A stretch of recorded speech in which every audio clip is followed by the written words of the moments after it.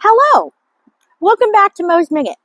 We're still here at Oak Hill Memorial Park. This is a big place, by the way. I'm going to be doing like 25 more episodes here. And we're visiting the grave of John Brady.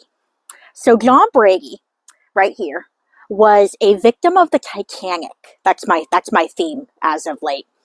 He was born in Washington, and he was only 40 years old when he died. So he was born in, let me do math really quick, 1872? 1882. 1882. No, 1872. I was right the first time.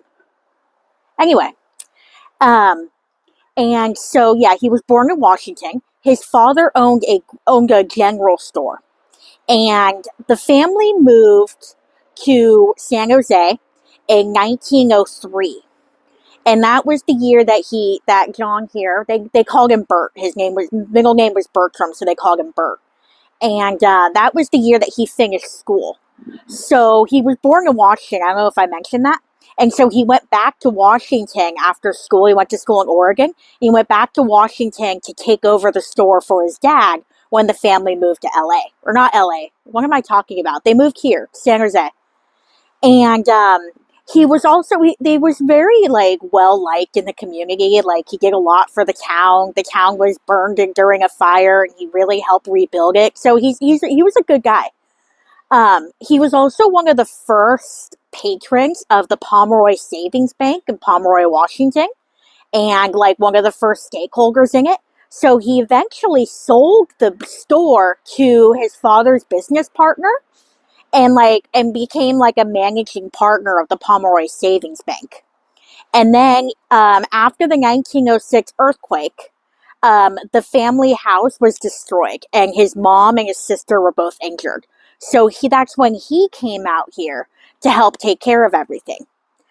His mom, she's buried here too. The whole family's here.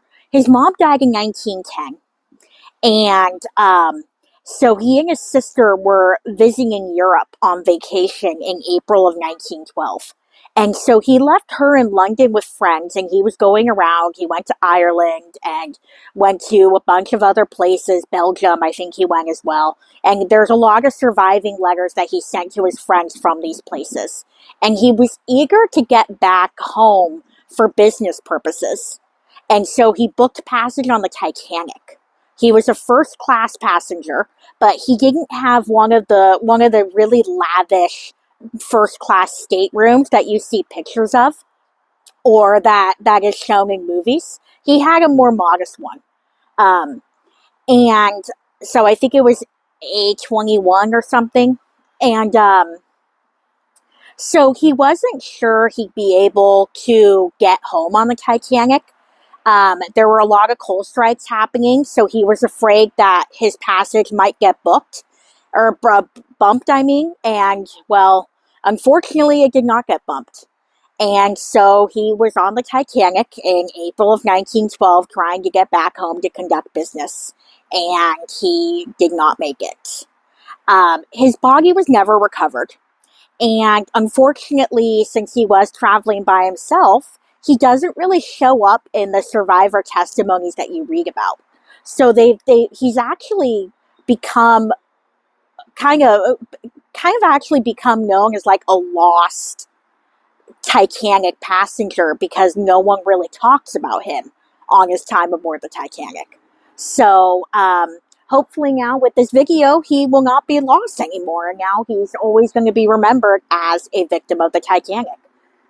His sister never quite recovered from losing her brother. They were very close. And so when she died in 1943, they added a cenotaph on this grave for him. But like I said, his body was never recovered. If it was recovered, they were never able to identify it. So that is the story of John Brady, and or Bert as he was known. And like I said, hopefully now with this video, he won't be forgotten anymore. So thanks for tuning in.